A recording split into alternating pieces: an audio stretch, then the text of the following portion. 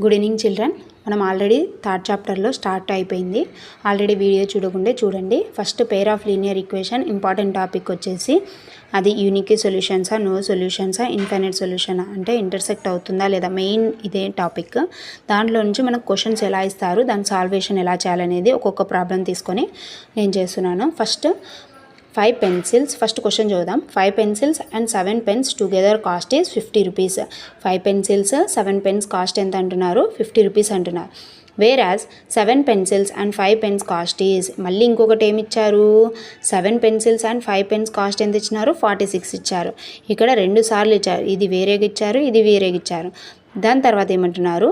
Represent the solution, represents the situation in pair of linear equation. మనకి ఈ pair of linear equation ద్వారా మనం రాయండి అంటున్నారు. ఫస్ట్ మనం ఏం చేయాలంటే, మనకి ఏమి ఇవ్వలేదు కాబట్టి మనం కన్సిడర్ చేసుకుందాం. Let us assume x is the cost of 1 pencil.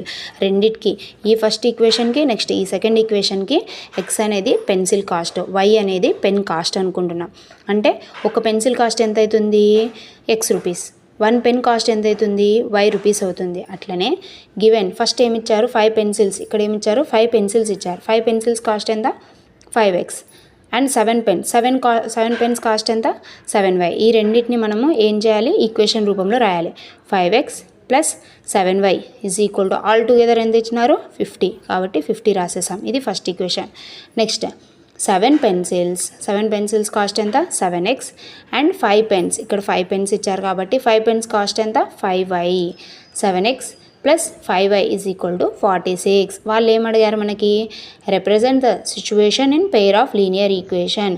ఈ రెండు సిచ్యువేషన్స్ని మనము పెయిర్ ఆఫ్ లీనియర్ ఈక్వేషన్స్గా రాయాలి. ఇక్కడ మనము పెన్సిల్స్ కాబట్టి x రాసాం.